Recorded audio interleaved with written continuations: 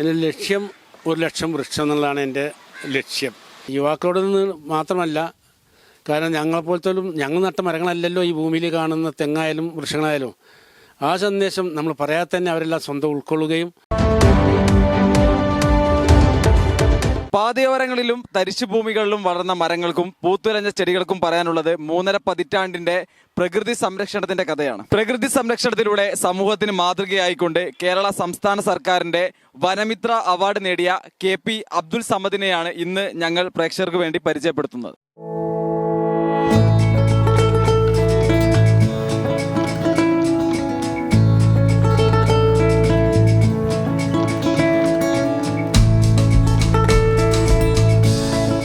Vanamitra award നേടിയ മുള്ള്യാകുറിശി സ്വദേശി KP Abdul Samad നമ്മളോടൊപ്പം ചേരുകയാണ്. നമസ്കാരം. എന്തായാലും വലിയ ഒരു സന്തോഷത്തിന്റെ ഭാഗമാവുകയാണല്ലോ, വനമിത്ര അവാർഡ് നേടിയിരിക്കുകയാണ്. എങ്ങനെയാണ് ഈ ഒരു സന്തോഷം ഞങ്ങളുടെ ചാനൽ 10 പ്രേക്ഷകരുമായി പങ്കുവെക്കുന്നത്? ഇത് ജീവിതത്തിൽ എത്രയും വർഷം തന്നെ അവാർഡ് കിട്ടാൻ വേണ്ടിയിട്ടുള്ള ജോലിയോ കാര്യങ്ങളെല്ലാം ഞാൻ ഇതുവരെ ഇപ്പോൾ ചെയ്യുന്നതിന് ചെയ്യാൻ ഉദ്ദേശിക്കുന്നു. പക്ഷേ കിട്ടിയതിൽ സന്തോഷമുണ്ട്.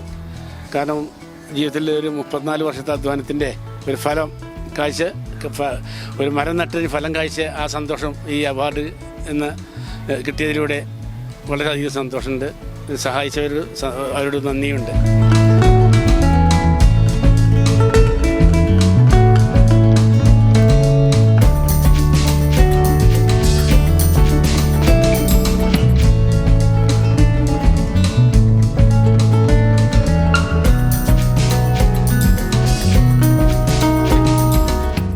ഇത്തരം പ്രവർത്തനങ്ങൾ സമൂഹത്തിന് വലിയൊരു ബോധവൽക്കരണമാണല്ലോ. കാരണം പ്രകൃതി സംരക്ഷണത്തിന്റെ ഭാഗമാവുന്നതിന്റെ ഭാഗമായിക്കൊണ്ടേ എങ്ങനെയാണ്, എത്ര കാലമായി ഇത്തരം പ്രവർത്തനങ്ങൾ തുടങ്ങിയിട്ട്? ഞാൻ 1990 ആദ്യത്തിലാണെന്ന് എൻ്റെ ഓർമ്മ. ഈ സ്കൂളിൻ്റെ PTA പ്രസിഡൻറ്റ് വലിയ മകൻ പഠിച്ച ഈ സ്കൂളിലാണ്. വലിയ മകനല്ല, 4 മക്കളും. ആദ്യമായിട്ട് പ്രസിഡൻ്റിൻ്റെ ശേഷം ഒരു വിസിറ്റിംഗ് വന്നു. അന്ന് ഇതൊരു മരുഭൂമിയായി കിടക്കുകയായിരുന്നു. നമ്മളും തന്നെ കച്ചവടത്തിൻ്റെ നാട്ടിൽ കൃഷിയുടെ ഇടയിൽ ഇത് തുടങ്ങുന്ന അത് PTA പ്രസിഡൻ്റായി തിരഞ്ഞെടുത്ത് ആഴ്ചകളായിട്ടുള്ളൂ. അപ്പോഴാണ് AEO എന്താണ് ഇങ്ങനെ ഒരു മരുഭൂമിയിൽ കിടക്കുന്നത്, നിങ്ങളത് ശ്രദ്ധിക്കാത്തതില്ല. ആ ഒരു വാക്കാണ് ഇതിന് ഏറ്റവും വലിയ പ്രചോദനം ഉണ്ടായത്. അതാണ് എൻ്റെ ഏറ്റവും വലിയ ശരിയും. അപ്പോൾ മാഷ അത് ഞാൻ ഏറ്റു എന്ന് പറഞ്ഞു. HM പറഞ്ഞു അത് ഞാൻ ഏറ്റു. അത് തൊട്ട ആഴ്ച തന്നെ ഫില്ല് ചെയ്തു. നിലവിലെ സാഹചര്യത്തിൽ പലപ്പോഴും മരങ്ങൾ മുറിച്ചു മാറ്റപ്പെടുന്ന ഒരു സാഹചര്യം ഉണ്ടാകുന്നുണ്ട്. അത്തരം സന്ദർഭങ്ങളിൽ സങ്കടങ്ങൾ തോന്നിയിട്ടുണ്ടോ? കാരണം മരങ്ങൾ മുറിച്ച് മാറ്റുമ്പോൾ സ്വാഭാവികമായിട്ടുള്ള സങ്കടമുണ്ട്. അതേസമയത്ത് അന്ന് ഇറങ്ങി ചെല്ലുമ്പോഴേ ഇത് മുറിച്ചതൊന്നും വെറുതെ അല്ല.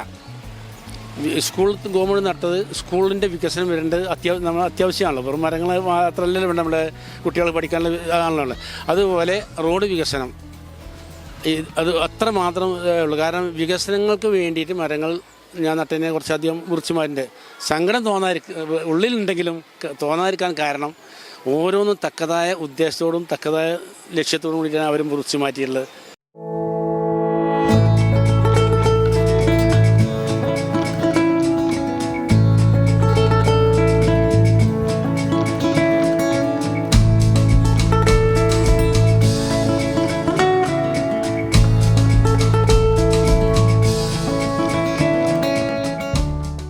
നമ്മുടെ ഈ ഒരു മരം നട്ട് വളർത്തി സംരക്ഷിക്കുന്നതിന്റെ ഭാഗമായി വിവിധങ്ങളായ ഇടങ്ങളിൽ മരം നട്ടിട്ടുണ്ടല്ലോ. ഏകദേശം എത്രത്തോളം മരങ്ങൾ നട്ടിട്ടുണ്ട് എന്നാണ് ഒരു കണക്ക് പറയാൻ സാധിക്കുക?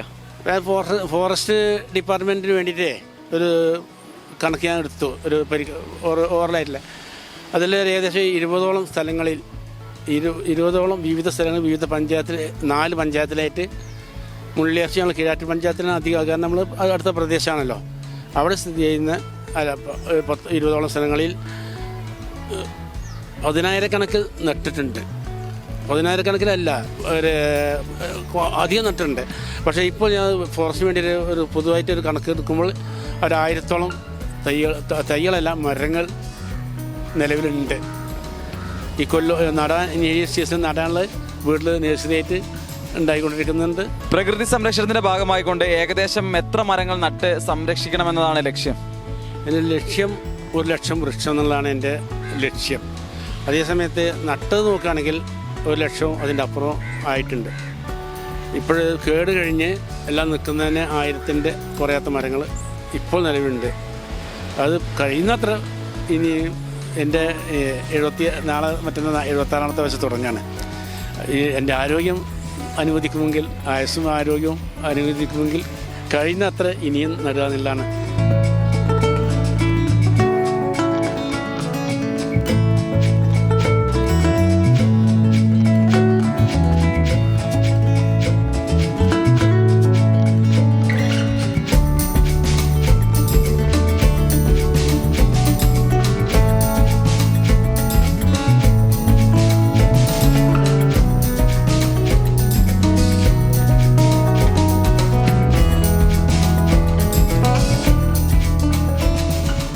ഒരുപാട് മരങ്ങൾ നട്ടതിൽ ഏറ്റവും വലിയ മരത്തിന്റെ മുമ്പിലാണല്ലോ നമ്മളിപ്പോൾ നിൽക്കുന്നത്.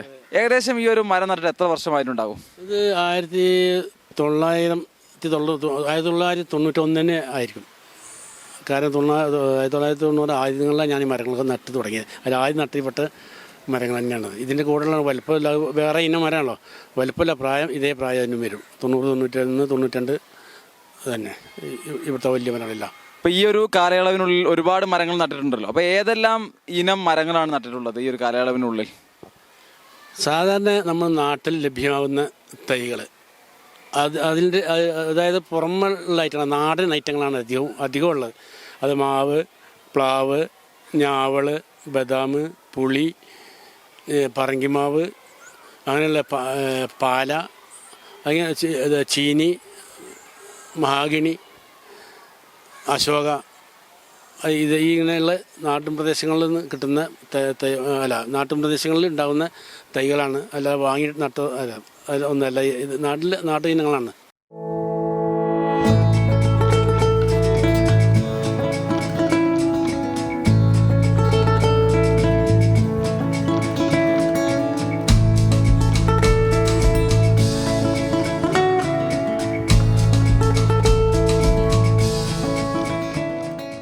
ഇത്തരം പ്രവർത്തനങ്ങൾക്ക് ഒരുപാട് അംഗീകാരങ്ങൾ തേടിയെത്തുന്നുണ്ടല്ലോ. എങ്ങനെയാണ് കുടുംബത്തിലെയും സുഹൃത്തുക്കളുടെയും നാട്ടുകാരുടെയും ഒക്കെ ഒരു പിന്തുണ ഇത്തരം പ്രവർത്തനങ്ങൾക്ക്? കുടുംബത്തിൻ്റെ സഹകരണം കൊണ്ട് മാത്രമാണ് ഇത് മുന്നോട്ട് പോകുന്നത്. ഞാൻ എല്ലാത്തിനും ഞാൻ വീട്ടിൽ തൈകൾ പായി ഉണ്ടാക്കുന്നുണ്ടല്ലോ, അതൊക്കെ വീട്ടുകാർ നനക്കിന് എന്തെങ്കിലും ഇതൊക്കെ ഒരു ഭ്രാന്താണെന്ന് പറയുകയും ചെയ്യുന്ന, എന്നാൽ അത് നോക്കി മറ്റം പോലെ വല്ല കൂടെ തയ്യോ മറിഞ്ഞ് വീണ് നടക്കുന്നത് അതും ശരിയാക്കി വെച്ചിട്ടുണ്ടാവും. പറശ്ശിൽ പറയും ഞാൻ അതൊക്കെ വലിച്ചെറിയും, അത് നിങ്ങൾ വല്ല ചേമ്പ് നട്ടുകൂടിയൊക്കെ പറയും. പക്ഷേ രംഗത്തത് ഒരു സഹായം നല്ലതാണുണ്ട്. നാട്ടുകാരുടെ നല്ല സഹകാരമുണ്ട്. പക്ഷേ അതേ സമയത്ത് അവർക്ക് നല്ല ആത്മാർത്ഥമായ പിന്തുണ ഉണ്ട്. പിന്നെ കുറച്ച് വ്യക്തികൾ കാട് വെട്ടി ഒഴിവാക്കാനും നമുക്ക് അത് മറക്കാനും പറ്റാത്തതാണ്, എടുത്ത് പറയേണ്ടതാണ്. പക്ഷേ ആൾക്കാർ അവർ ശരിയല്ലല്ലോ. കുറച്ച് ആൾക്കാരുടെ പിന്തുണ ഉണ്ടായിട്ടുണ്ട്. ഈ അതാത് കാലങ്ങളിൽ പന്തിയും കാടൊക്കെ വെട്ടി, പുല്ലും കാടോ വെട്ടി വൃത്തിയാക്കാൻ സൗകര്യത്തിന് തന്നിട്ടുണ്ട്. പ്രകൃതി സംരക്ഷണത്തിന്റെ ഒരു പ്രാധാന്യം കുറഞ്ഞു വരുന്ന സമയത്താണ് മരങ്ങളൊക്കെ ഒരുപാട് മുറിച്ച് മാറ്റപ്പെടുന്നുണ്ട്. എന്താണ് ഇന്നത്തെ തലമുറയോട് ഈ ഒരു കാര്യവുമായി ബന്ധപ്പെട്ട് കൊടുക്കാനുള്ളൊരു സന്ദേശം? യുവാക്കളോട് നിന്ന് മാത്രമല്ല, കാരണം ഞങ്ങൾ നട്ട മരങ്ങളല്ലല്ലോ ഈ ഭൂമിയിൽ കാണുന്ന തെങ്ങായാലും വൃക്ഷങ്ങളായാലും. ആ സന്ദേശം നമ്മൾ പറയാതെ തന്നെ അവരെല്ലാം സ്വന്തം ഉൾക്കൊള്ളുകയും, കാരണം നമ്മുടെ ഉപ്പമാരോ വെച്ച് തെങ്ങും പുലാവും എല്ലാമാണ്. അതുപോലെ ഈ പ്രകൃതി ഈ നാടിന് വേണ്ടിയിട്ട് യുവാക്കളെല്ലാം ഏറ്റെടുത്ത് ഇപ്പോൾ ഒരു പ്രവണത തുടങ്ങി. ഞാൻ ചെയ്തതിന് ശേഷം ആ വലമ്പൂർ തൊട്ട പ്രദേശങ്ങളിലും മുള്ളിയാർച്ചിയിലും എന്നല്ല, ഞാനീ പോകുന്ന പഞ്ചായത്തിൽ പല ഭാഗങ്ങളിലും അവരെന്നെ അറിയുന്നവർ നോക്കി ചിരിക്കാൻ, നിങ്ങളാണ് ഞങ്ങളെ ഈ ചളിയിലേക്ക് മണ്ണിക്ക് ഇറക്കിയത് എന്നുള്ള തമാശയോട് കൂടിയിട്ട് അവർ താല്പര്യപൂർവ്വം. അപ്പോൾ നിങ്ങൾ പോകുന്ന വഴിക്ക് തന്നെ കാണാം, 2 കിലോമീറ്റർ അപ്പുറത്ത് അങ്ങാടിപ്പുറം പഞ്ചായത്തിൽ അങ്ങാടിപ്പുറം പഞ്ചായത്തിൽ വലമ്പൂർ എന്ന പ്രദേശത്ത് യുവാക്കൾ ടാങ്കും വെള്ളവും സൗകര്യം വെച്ചിട്ട് ഉണ്ടാക്കിയിട്ടുണ്ട്. പലരും ഉണ്ടായിക്കൊണ്ടിരിക്കുന്നുണ്ട്. പലരും വിത്തുകളും തൈകളും ആവശ്യപ്പെട്ടുകൊണ്ടും ഇരിക്കുന്നുണ്ട്. അതുകൊണ്ട് പിന്നെ നമ്മളിപ്പോൾ ഈ ചെയ്ത കാര്യം എല്ലാവർക്കും ചെയ്യാൻ സാധിച്ചോളൂ, മെനക്കെട്ടാൽ സാധിക്കും. അത് സന്ദേശം ഇത് യുവജനങ്ങൾക്കല്ല, ഈ നാട്ടിലെ നാട്ടുകാർക്ക് എല്ലാവർക്കും ഒരു പ്രചോദനമാകട്ടെ എന്നുള്ള ഒരു ആത്മാർത്ഥമായിട്ടുള്ള ഒരു ഉദ്ദേശമുണ്ട്. ഇത്രയും നേരം നമ്മളോട് സംസാരിച്ചതും പ്രകൃതി സംരക്ഷണത്തിന്റെ ആവശ്യകത പ്രേക്ഷകർക്ക് മുമ്പിൽ ബോധ്യപ്പെടുത്തിയതും കേരള സർക്കാരിന്റെ വനമിത്ര അവാർഡ് ജേതാവ് KP അബ്ദുൽ സമദാണ്. അദ്ദേഹത്തിന്റെ ഓരോ പ്രവർത്തനങ്ങളും പുതുതലമുറയ്ക്ക് വലിയ ഒരു മാതൃക തന്നെയാണ്. അദ്ദേഹത്തിന്റെ തുടർന്നുള്ള എല്ലാ പ്രവർത്തനങ്ങൾക്കും എല്ലാവിധ ആശംസകളും പിന്തുണയും അറിയിച്ചുകൊണ്ട് ക്യാമറമാൻ ഷനു അരീക്കോടിനൊപ്പം Ajnas Kudalanji, channel 10, Perinthalmanna. Serene ambience, total total indulgence. Traditional but revolutionary. Sensible diversity. Shopping aspirations beyond everyone's expectations. Progressive home electronics. Luminous hand-picked fruits. Freshest veggies. Finest groceries. Enticing gifts. Crockeries. And cosmetics.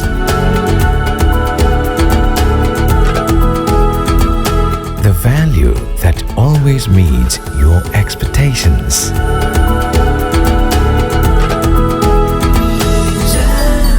Jamjoom Hypermarket, exceeding expectations.